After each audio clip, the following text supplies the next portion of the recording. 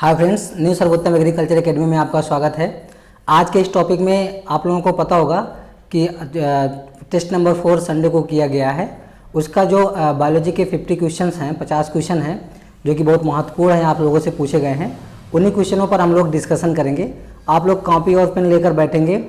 आज का जो क्वेश्चन है, क्वेश्चन कहाँ से पूछे गए हैं और इन क्वेश्चनों से किस तरह से क्वेश्चन बनेंगे, इसके बारे में हम लोग डिस्कशन करेंगे। इससे रिलेटेड क्वेश्चन किस तरह से बन सकते हैं और कोई क्वेश्चन कहाँ से आता है। बात है कि अगर किसी भी टॉपिक से कोई क्वेश्चन पूछा जाता है तो उसकी अपनी वैल्यू होती है। उस क्वेश्चन को कहीं न किसी तरह से कई तरह से घुमा के भी पूछा जाता है, तो उसको और किस तरह से बनाया जा सकता है, इन सब चीज़ों पर हम लोग डिस्कशन करेंगे।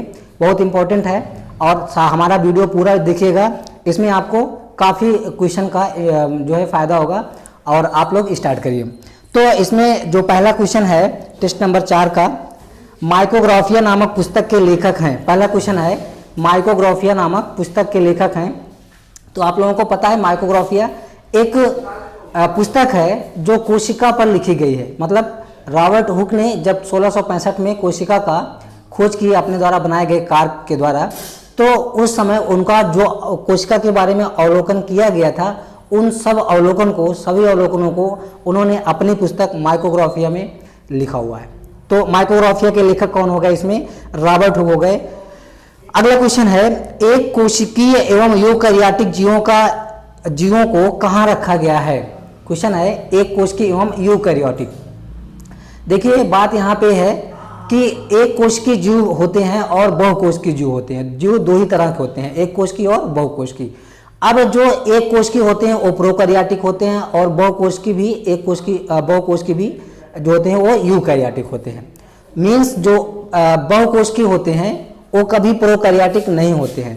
इसको आप याद रखना है, बहुकोशिकीय कभी भी प्रोकैरियोटिक नहीं हो सकते हैं। ये काफ़ी इंपॉर्टेंट है आप लोगों के लिए। जैसे कभी कभी क्वेश्चन पूछा जाए, एक क्वेश्चन आता है कि अमीबा कैसा जंतु है, एक कोशिकीय यूकैरियोटिक, एक कोशिकीय प्रोकैरियोटिक। तो क्योंकि वो एक अमीबा है, अमीबा प्रोटिस्टा का है, तो यहाँ पे प्रोटिस्टा के बारे में ही पूछा गया है। तो एक कोशिकीय यूकैरियोटिक जो जीव होते हैं वो क्या होते हैं, किस संघ के अंतर्गत आते हैं? वो सभी जीव प्रोटिस्टा के अंतर्गत आते हैं और प्रोटिस्टा में प्रोटोजोआ एक ही संघ रखा गया है, प्रोटोजोआ। तो मतलब यहाँ पे क्या है कि प्रोटोजोआ का कोई भी जीव अगर पूछा जाता है तो उसका आंसर क्या होगा? एक कोशिकीय होगा और साथ में यूकैरियोटिक होगा। बात यह है कि जंतु कोशिका कभी भी जंतु कोशिका प्रोकैरियोटिक नहीं होती है। पादप कोशिकाएं प्रोकैरियोटिक होती हैं, एक कोशिकीय होती हैं, लेकिन जंतु कोशिकाएं एक कोशिकीय हो सकती हैं लेकिन प्रोकैरियोटिक नहीं होती हैं। इसको आप अपने दिमाग में रख लीजिए। अगला क्वेश्चन है क्वेश्चन नंबर 3, यदि वातावरण में कार्बन डाइऑक्साइड हटा दिया जाए तो सबसे पहले सर्वप्रथम कौन प्रभावित होगा? बहुत इंपॉर्टेंट क्वेश्चन है। सपोज करिए कि हमारा जो वातावरण है, एनवायरनमेंट है, इससे क्या करेंगे हम? कार्बन डाइऑक्साइड को रिमूव कर दें। सबसे पहले आप ये याद रखिएगा, कार्बन डाइऑक्साइड किसी तरह से कोई पोल्यूशन नहीं क्रिएट करता है। कार्बन डाइऑक्साइड को हटाने से हमारे जो दैनिक जीवन में या जो जीव हैं उनके लिए क्या प्रभाव पड़ेगा और सबसे पहले कौन प्रभावित होंगे, इस पे बात यहाँ पे पूछी गई है। तो आपको मालूम है, जब पौधे प्रकाश संश्लेषण की क्रिया करते हैं और प्रकाश संश्लेषण की क्रिया के उपरांत ग्लूकोज का निर्माण करते हैं, ग्लूकोज में जो कार्बन आता है वो कार्बन डाइऑक्साइड से ही आता है। तो आप समझ गए होंगे कि कार्बन डाइऑक्साइड का कितना महत्व है और इससे सबसे पहले कौन प्रभावित होंगे? सबसे पहले उत्पादक प्रभावित होंगे और इसमें ऑप्शन में लिखा हुआ है उत्पादक, प्रथम उपभोक्ता, दोनों, इनमें से कोई नहीं। तो सबसे पहले उत्पादक प्रभावित होंगे। उत्पादक में कौन आते हैं? हमारे हरे पौधे आते हैं जो प्रकाश संश्लेषण की क्रिया करते हैं और ग्लूकोज का निर्माण करते हैं। अगर ग्लूकोज ही नहीं बनेगा, जैसे ग्लूकोज का मतलब यहाँ पे है जो हमारे विभिन्न प्रकार के खाद्य पदार्थ उत्पादित होते हैं, वो ग्लूकोज के प्रकाश संश्लेषण के उपरांत ही उत्पादित होते हैं। अब अगर प्रकाश संश्लेषण नहीं होगा तो किसी प्रकार का ना ग्लूकोज बनेगा, ना स्टार्च बनेगा, ना फैट बनेगा, कुछ नहीं बनेगा। तो पहले तो उत्पादक प्रभावित हुए क्योंकि जो उत्पादक होते हैं उनका प्रयोग करते हैं। उसके बाद उत्पादक अगर नहीं रहेंगे तो जो उपभोक्ता हैं वो भी प्रभावित हो जाएंगे। तो इस तरह से सबसे पहले उत्पादक प्रभावित होते हैं। अगर वातावरण से कार्बन डाइऑक्साइड हटा दिया जाए तो कौन उत्पादित होंगे? सबसे पहले प्रभावित कौन होंगे? तो सबसे पहले प्रभावित होते हैं उत्पादक, प्रोड्यूसर। अगला क्वेश्चन है, विषाणुओं का अध्ययन क्या कहलाता है? तो देखिए बात यह है कि विषाणुओं का अध्ययन, विषाणु वायरस आप लोग जानते होंगे, इस समय पूरा देश कोविड-19 से जो है प्रभावित है, तो विषाणुओं का अध्ययन वायरोलॉजी कहलाता है। इसमें जो ऑप्शन में और रखा गया है ब्रायोलॉजी, ब्रायोलॉजी में ब्रायोफाइटा का अध्ययन करते हैं ऑप्शन ए में। दूसरा लिखा है माइकोलॉजी, माइकोलॉजी में कवकों का अध्ययन किया जाता है, फाइकोलॉजी में शैवालों का, और वायरोलॉजी में विषाणुओं का अध्ययन किया जाता है। इसको आप याद रखेंगे। अगला क्वेश्चन है, आनुवांशिकी के जनक हैं, फादर ऑफ जेनेटिक्स, आनुवांशिकी के जनक हैं। तो इसमें जो ऑप्शन लिखा गया है, 4 ऑप्शन है, बेटसन, टीएच मॉर्गन, मेंडल और सर्मक। तो बात यह है कि जो हमारा क्या नाम है, आनुवांशिकी के जनक हैं, इसमें पहला ऑप्शन है वाटसन। तो आप लोग यहाँ पे लिख लेंगे वाटसन शब्द के, वाटसन जो है जेनेटिक्स टर्म दिए थे, मतलब आनुवांशिकी शब्द वाटसन ने 1905 में दिया था, तो आप इसको याद रखेंगे।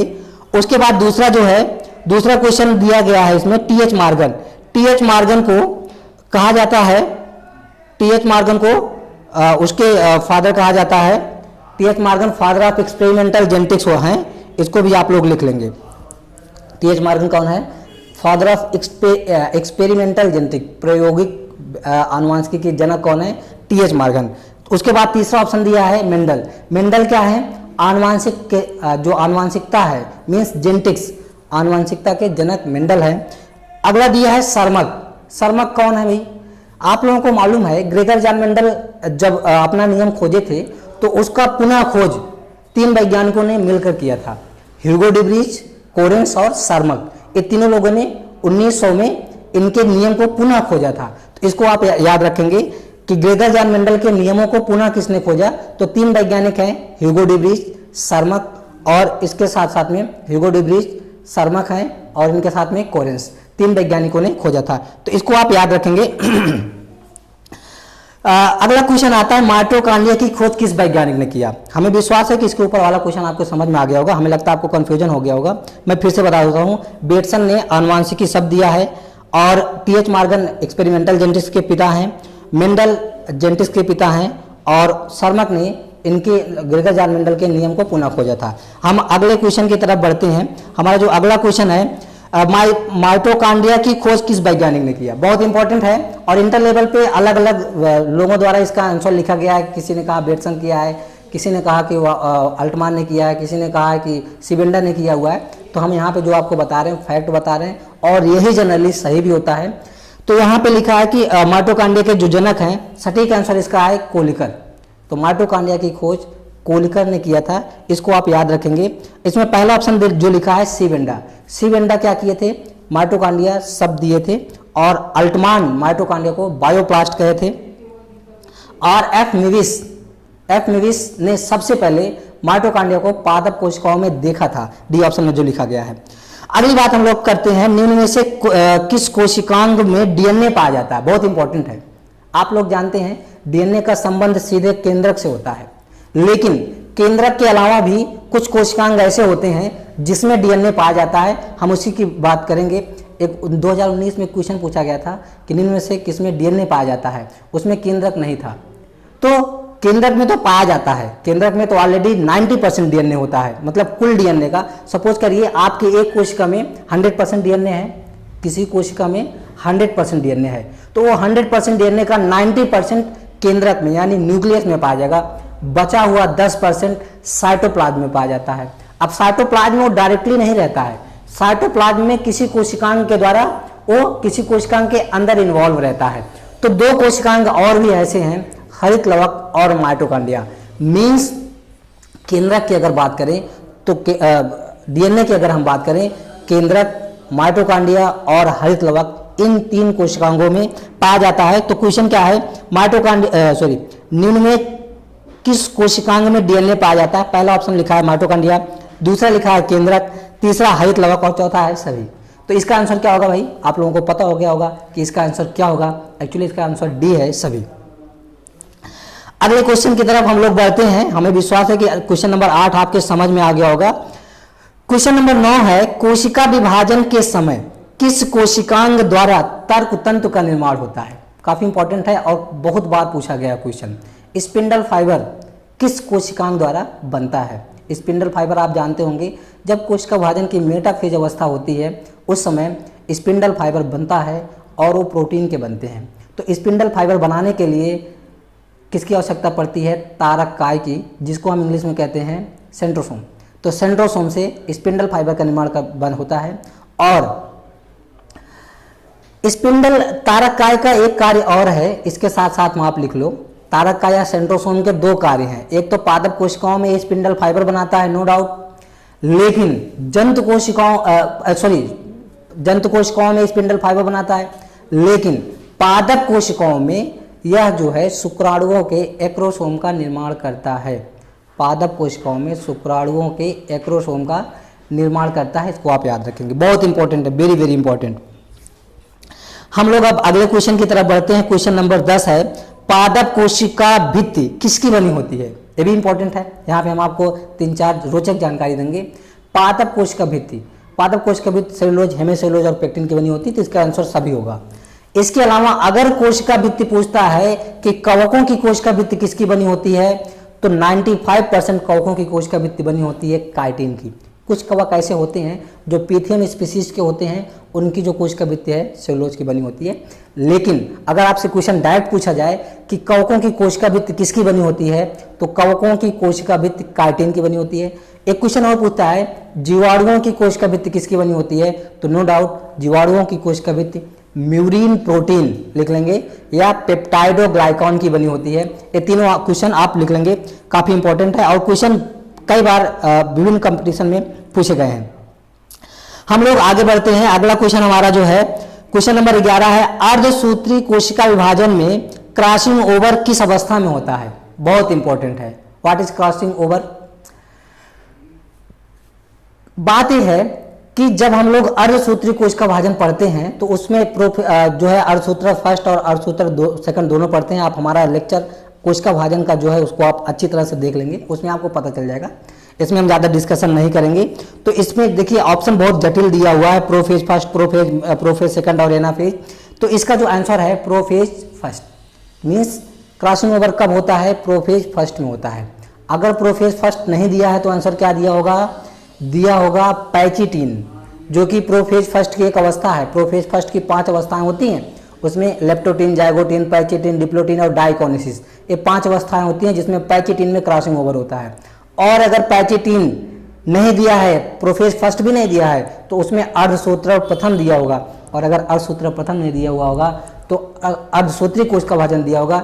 ये ऑप्शन है जिसमें क्रॉसिंग ओवर होता है। मीन्स क्रॉसिंग ओवर होने का एक्चुअल प्लेस जो है, वास्तविक स्थान जो है वो कौन सा है, कौन सी अवस्था है, पैचिटिन अवस्था।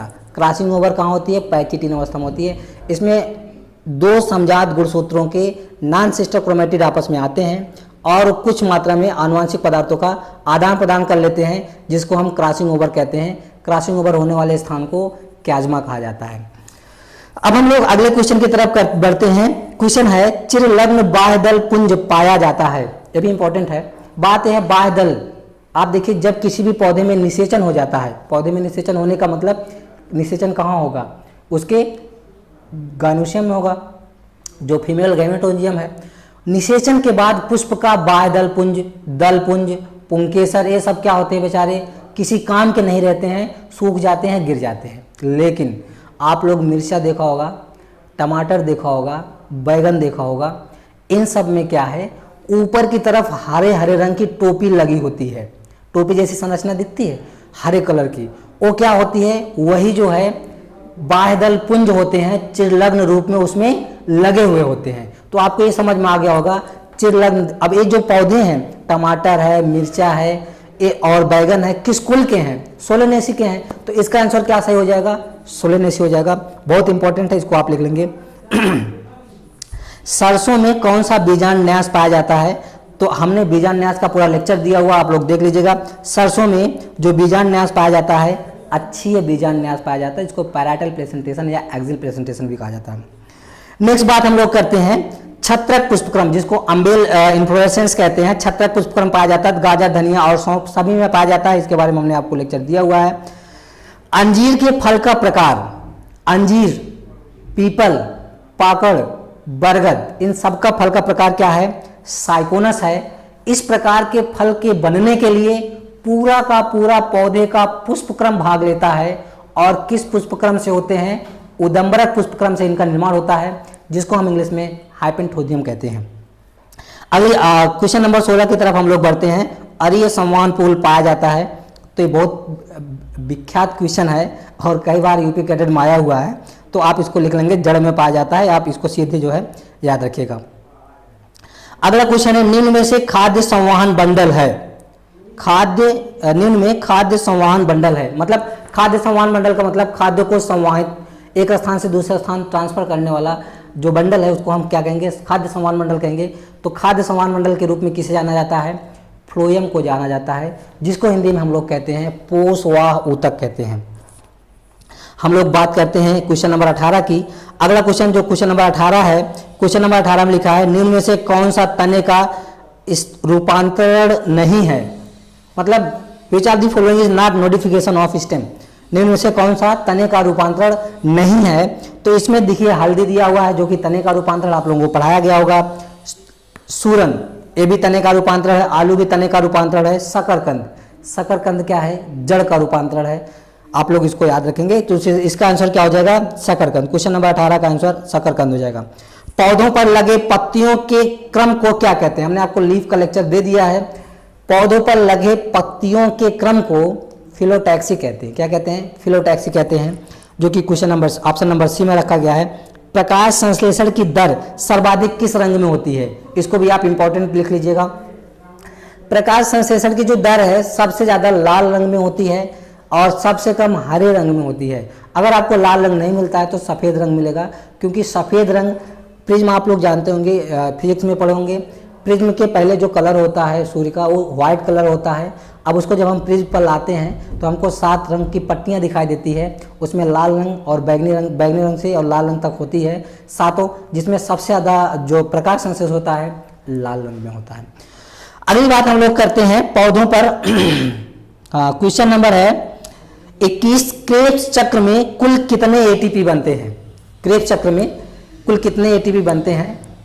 How many ATP synthesize in Krebs cycle? तो इसका आंसर ये है कि इसका जो क्वेश्चन पूछा गया है वो एक ग्लूकोज के पक्ष में पूछा गया है। कह रहा है कि अगर ग्लूकोज का एक मॉलिक्यूल टूटेगा तो क्रेब्स साइकिल में कुल कितने एटीपी बनेंगे? तो आप लोग इसको याद रखेंगे, क्रेब्स साइकिल में ग्लूकोज के एक अणु के टूटने से 24 एटीपी बनते हैं। ठीक है, हम लेक्चर दिए, उसको आप डिटेल में जाके पढ़ लीजिएगा, इसमें बहुत ज़्यादा पढ़ाने की जरूरत नहीं है। अगला क्वेश्चन है ईएमपी मार्ग किस क्रिया का दूसरा नाम है? ईएमपी मतलब जानते हैं इमडन, मेयरहॉफ और पार्नास। ये जो है 3 वैज्ञानिक थे जो ग्लाइकोलिसिस की खोज किए थे, तो उसी के नाम पर इसका ग्लाइकोलिसिस का दूसरा नाम पड़ गया था ईएमपी। तो इसका आंसर क्या हो जाएगा? ग्लाइकोलाइसिस हो जाएगा। एक स्टोमेटा में कितनी रक्षक कोशिकाएं होती हैं? सॉरी, आपको बताया गया है एक स्टोमेटा, बहुत अच्छा हमने फिगर बनाया था स्टोमेटा का, आप लोग अगर देखे होंगे तो एक स्टोमेटा में 2 रक्षक कोशिकाएं होती हैं, इसको आप याद रखेंगे। और ये लगभग एक बीजपत्री में किडनी के आकार के या सेम के बीज के आकार की होती हैं, और द्विबीजपत्री में किडनी या सेम के बीज के आकार की होती हैं, तथा एक बीजपत्री में ये डंबल शेप होती हैं। हम लोग बात करते हैं अगले क्वेश्चन की तरफ बढ़ते हुए। निम्न में पराशरण एक हो गया। निम्न में कोशिका विभाजन के लिए उत्तरदायी हार्मोन कौन सा है? निम्न में कोशिका विभाजन के लिए उत्तरदायी हार्मोन आपको मालूम है, हार्मोन जो साइटोसिन है, ये क्या है? ये कोशिका विभाजन को प्रमोट करता है। और एक और जानते होंगे कॉल्चिसिन। कॉल्चिसिन क्या करती है? कोशिका विभाजन में विष का कार्य करती है। क्या करती है? विष का कार्य करती है। कोशिका विभाजन में विष का कार्य कौन करती है? कॉल्चिसिन। कोशिका विभाजन को प्रमोट कौन करती है? साइटोकाइनिन। साइटोकाइनिन 2 प्रकार की होती है, काइनेटिन और जिएटिन। नेक्स्ट बात हम लोग करते हैं, पराशरण की क्रिया पाई जाती है। तो पराशरण सदैव तरल पदार्थ में होता है, जबकि विसरण जो है ठोस, द्रव और गैस तीनों में होता है। तो इसमें ज़्यादा आपको डिस्कशन करने की जरूरत नहीं है। टीनिया सोलियम, टीनिया का जंतु वैज्ञानिक नाम है, सबको पता है। निम्न में किसे निर्जीव एवं सजीव के बीच की कड़ी वायरस को कहा जाता है? सजीव और निर्जीव के बीच की कड़ी किसे कहा जाता है? वायरस को कहा जाता है। एक क्वेश्चन है जिसपे बच्चों को बहुत कंफ्यूजन है कि किस संघ के जंतुओं में सर्वाधिक पुनरुद्भवन की क्षमता होती है, रीजनरेशन। तो आप लोगों को मैंने 20 बार बताया हुआ है कि रीजनरेशन की क्षमता सबसे ज़्यादा पोरीफेरा संघ के जंतुओं में होती है। तभी कुछ बच्चों का कमेंट आया है कि जो है वो पोरीफेरा में ना होकर प्रोटोजोआ में होती है, प्रोटोजोआ में नहीं होती है। सबसे ज़्यादा पुनरुद्भवन की क्षमता पोरीफेरा में होती है, इसको आप याद रखेंगे। श्वेत प्रदर जिसको ल्यूकोरिया कहा जाता है, श्वेत प्रदर आप लोग जानते होंगे, जो स्तनी होती हैं, फीमेल स्तनी होती हैं, या खास करके जो महिलाएं होती हैं, उनकी जो वेजाइना होती है उससे तरल फ्लूइड निकलता है जो कि बदबूदार होता है। वो एक बीमारी होती है जिसको हम लोग कहते हैं क्या कहते हैं भैया? श्वेत प्रदर, या इंग्लिश में उसको कहा जाता है श्वेत प्रदर को ल्यूकोरिया। ये जो है क्वेश्चन है किसके द्वारा होती है? तो ये क्वेश्चन यहाँ पे तो लिखा है प्रोटोजोआ, ऑप्शन में है प्रोटोजोआ, प्रोटोजोआ जीवाणु है, विषाणु और कवक है, तो प्रोटोजोआ से होती है। अब आप हमको कमेंट करके बताएंगे उस प्रोटोजोआ का नाम जिसके द्वारा ये होती है। अगर हमारा वीडियो देखिएगा अंत तक देखिएगा और इसको हमें कमेंट से बताइएगा कि कौन सा प्रोटोजोआ है जिसके द्वारा स्त्रियों में ल्यूकोरिया नामक बीमारी होती है। संकुचनशील धानी का कार्य क्या है? पराशरण नियमन करना है, 20 बार बताएं, इसमें ज़्यादा डिस्कशन करने की जरूरत नहीं है। मनुष्य का वर्ग स्तनी है, इसमें कोई दो राय तो है नहीं। मनुष्य का वर्ग क्या है? स्तनी है। अगर गण पूछता तो प्राइमेट हो जाता, और अगर संघ पूछता तो कार्डेटा होता। केचुए के गुदा द्वारा निकली महीन पिसी हुई मिट्टी कहलाती है, पुरिस कहलाती है, इसको कास्ट कहते हैं। केचुआ में निषेचन होता है। देखिए यहाँ पे कंफ्यूजन करने के लिए क्लाइटेलम दिया हुआ है। केचुए में क्लाइटेलम में कभी निषेचन नहीं होता, क्लाइटेलम से ही कोकून बनता है और वहां पे निषेचन होता है। केचुए में निषेचन की अगर हम लोग बात करें तो केचुए में पर निषेचन होता है, बाह्य निषेचन होता है, निषेचन वर्षा ऋतु में होता है, और निषेचन केचुए के शरीर के बाहर कोकून में होता है। इतनी चीजें आप याद रखेंगे। नेक्स्ट बात हम लोग करते हैं केचुए में मादा जनन छिद्र 14वें खंड के, केचुए में मादा जनन छिद्र 14वें खंड के अधर तल पे पाया जाता है, इसको आप याद रखेंगे। निम्न में किसमें अपूर्ण कांड्रल पाया जाता है? अपूर्ण कांड्रल का मतलब हमने बताया था आपको, जब अंडे से लार्वा ना निकलकर अर्भक निकलता है तो उसको हम अपूर्ण कांड्रल कहते हैं। अपूर्ण कांड्रल इसमें जो ऑप्शन में रखा गया है दीमक में पाया जाता है। इसके साथ साथ में कॉकरोच में भी अपूर्ण कांड्रल पाया जाता है, इसको आप याद रखेंगे। मेढक में, मक्खी में, रेशम कीट में, इन सब में जो है पूर्ण कायांतरण पाया जाता है। अगली बात हम लोग करते हैं, क्वेश्चन नंबर 38 है, मादा कॉकरोच एक बार में कितने अंडे देती है? तो 8 जोड़ी अंडे देती है। पिछली बार क्वेश्चन आया हुआ यूपी कैडेट में। कॉकरोच जंतु है, एक लिंगी, ये तो सत्य बात है। रात्रिचर, ये भी सत्य बात है। कॉकरोच दिन में नहीं, अंधेरे में ज्यादा निकलता है और अंधेरों को जो बहुत पसंद करता है। हमें लगता है कि पिछले जमाने का ये जो है चोर रहा होगा। सर्वाहारी होता है, सब कुछ खाता पीता, आपको पता होगा। जो भी पाता है, कभी किसी का बाल खा लेता है, कभी रोटी खा लेता है, तो बहुत सारी चीज़ें जो भी पाता है खा लेता है, सर्वाहारी होता है। तो इसका मतलब ये सभी है। तो कॉकरोच का आंसर जो है डी ऑप्शन है, सभी है। रानी मधुमक्खी अंडे देती है, तो रानी मधुमक्खी निषेचित और अनिषेचित दोनों प्रकार के अंडे देती है। निषेचित अंडे से मादाएं बनती हैं, उसमें श्रमिक और रानी होती है, और अनिषेचित अंडे से कौन बनता है? अनिषेचित अंडे से नर बनता है, ओके, जिसको हम लोग ड्रोन कहते हैं। नेक्स्ट बात करते हैं, कॉकरोच रेशम कीट का जीवन काल 56 दिन का होता है, पहला ऑप्शन सही है। मधुमक्खी में किस प्रकार का डांस पाया जाता है? काफी इंपॉर्टेंट क्वेश्चन है। मधुमक्खी में किस प्रकार का डांस पाया जाता है? तो इसका जो आंसर है बैगल डांस। बैगल डांस पाया जाता है मधुमक्खियों में। बैगल डांस का मतलब होता है कि आप एक जगह पे खड़े होकर चारों तरफ घूमना। देखो बहुत सारी जो छोटी छोटी बच्चियां होती हैं और भी बहुत सारे लोग एक जगह पे खड़े आते हैं और खूब चारों तरफ घूमते रहते हैं, तो इसी को क्या कहते हैं? बैगल डांस कहते हैं। बैगल डांस कथकली से रिलेटेड है। कथकली में भी यही होता है जनरली कि वो ज़्यादा चक्कर लगाते रहते हैं। बात यह है कि बैगल डांस या मधुमक्खियों में डांस करने का उद्देश्य क्या है? भाई कोई नाचना गाना कब करता है भैया? जब उसको खुशी होती है। खुशी कब होगी? जब उसको अनुमान लग जाएगा खाद्य पदार्थों का। मधुमक्खी का मुख्य मकसद ये तो है नहीं उसको अपनी बेटी की शादी करनी है, अपनी बेटी की शादी करनी है, उसको बारात में जाना है, इन सब चीज़ों की खुशी तो उसके पास होगी नहीं। उसको खुशी किस चीज़ की होगी? उसको खाद्य पदार्थों की खुशी होती है कि उसको अनुमान लग जाता है कि खाद्य पदार्थ है। तो वो 45 जमीन से 45 डिग्री का कोण बनाते हुए और जिधर की तरफ फूड मटेरियल होगा उधर की तरफ मुंह करके डांस करती है, जिसको बैगल डांस कहते हैं। और डांस करने के उपरांत बहुत तेजी से जिधर फूड मटेरियल होता है उसी तरफ उड़ जाती है और समूह में उड़ते हैं। लगभग 80,000 के आसपास इनका संख्या होती है एक मधुमक्खी के परिवार में। अगली बात हम लोग करते हैं, आप लोग हमें लगता है समझ में आ गया होगा, नाच गाने में तो आप लोग आगे ही हैं। अगली बात करते हैं रत्नावकाश पाया जाता है खरगोश का। मैंने पूरा लेक्चर शूट कर दिया गया है, हमारा जो ऑपरेटर है वो अपलोड नहीं कर रहे हैं। आपको खरगोश का सारे लेक्चर मिल जाएंगे। एक क्वेश्चन खरगोश से है, रत्नावकाश पाया जाता है। रत्नावकाश खरगोश में पाया जाता है। खरगोश में रत्नक दांत जो है अनुपस्थित होता है, इसको आप याद रखेंगे। रत्नक दांत ना होने के कारण इसमें रत्नावकाश होता है और वहां पे हम लोग 0 लिखते हैं। सब लोग कमेंट करके बताएंगे खरगोश में दांतों की संख्या कितनी होती है। अगला क्वेश्चन है मेढक का लार्वा कहलाता है तो टैडपोल कहलाता है, सभी लोग लिख लेंगे। इसमें पहला है कैटरपिलर रेशम कीट का लार्वा है। मैगट जो है मक्खी का जो लार्वा होता है मैगट कहते हैं। निम्न में कौन सा क्षारीय पाचक एंजाइम है? तो इसका आंसर है पेप्सिन। मैंने आपको पेप्सिन और ट्रिप्सिन के बारे में बहुत डिस्कशन से बताया हुआ है, लेकिन दुर्भाग्य की बात है कि अभी वीडियो अपलोड नहीं हुआ है, हो जाएगा 2-1 दिन में, आप लोग वेट करिए। अगला क्वेश्चन है सीकम किस जंतु में पाया जाता है? ये भी खरगोश से ही संबंधित है, खरगोश में पाया जाता है। निम्न में कौन सा क्षारीय पाचक एंजाइम? ये भी हो गया। डाउन सिंड्रोम में गुणसूत्रों की संख्या कितनी होती है? देखिए क्वेश्चन नंबर 47 है, इसका आंसर भी 47 है। तो डाउन सिंड्रोम में गुणसूत्रों की संख्या 47 होती है।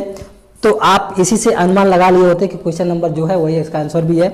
तो अगला क्वेश्चन है नलिसोमिक संरचना सूत्र है। तो नलिसोमिक का जो संरचना सूत्र होता है 2n-2 होता है। बीएचओ में इस तरह से क्वेश्चन आते हैं, आप लोग इसको पढ़ लेंगे। सारा जेनेटिक्स जब मैंने पढ़ाया था सारी चीजें बताई हुई है। रेबीज की टीके की खोज लुईस पास्चर ने किया था। आप लोग जानते हैं कुत्ता, बिल्ली और बंदर के काटने से रेबीज हो जाता है, जिसके लिए टीका लगता है, उसकी खोज लुईस पास्चर ने किया हुआ है। अगला है प्लेटलेट्स भाग है, तो रक्त का भाग है, इसमें बहुत ज्यादा बताने की जरूरत नहीं है। ये हमारे 50 क्वेश्चन बायोलॉजी के थे, समाप्त हुए। अब हम 5 क्वेश्चन यहाँ पे 5-6 क्वेश्चन शायद इंजीनियरिंग का है, उसका हम डिस्कशन कर लेते हैं। इसमें पहला है कि देसी हल का भार 16 kg होता है, जिसको किसान अपने कंधे पर आसानी से रख के खेत तक ले जाता है। अब अगर सपोज करिए 100 kg का हो जाता है तो किसान कैसे ले जाता? तो सुगमता से वो ले जाता है। आलपाइन थ्रेशर का कार्य क्या है? आलपाइन थ्रेशर आप लोग जानते हैं गेहूँ की मड़ाई करते हैं, उसको गेहूं का जो एक्स्ट्रा होता है उसको रख के उसी पे उसको चलाते हैं, उसमें दांत लगे होते हैं बहुत सारे, इसको आप याद रखेंगे। अगला क्वेश्चन है ढेकुली कितनी गहराई से पानी इसके पहले है निम्न में समतलीकरण में प्रयुक्त होने वाला यंत्र है। तो इसका आंसर है निम्न में समतलीकरण में प्रयुक्त होने वाला यंत्र नहीं है। हाँ, वेरी गुड, क्वेश्चन थोड़ा सा घुमाया हुआ है। तो इसका आंसर है पटेला में समतलीकरण होता है। और उसके बाद लिखा है रोलर, इसके द्वारा भी होता है, लेबरर द्वारा भी होता है। पैडी वीडर द्वारा नहीं होता है। पैडी वीडर धान के खेत में बीज नियंत्रण करता है। ढेकुली कितनी गहराई से पानी उठाता है? तो 1 से 3 मीटर की गहराई से पानी उठाता है। डिस्क हल में 15 से 25 डिग्री का कोण बनता है, जो तिल्थ कोण बनता है। पिटवा लोहे में कार्बन 0.05 से 0.1% होता है। अब बस समाप्त हो गया है। इसके बाद डेयरी का क्वेश्चन है, डेयरी वाले सर सॉल्व करवाएंगे। आज के लिए बस इतना ही। मेरा वीडियो शेयर करिएगा, लाइक करिएगा, सब्सक्राइब करिएगा। धन्यवाद।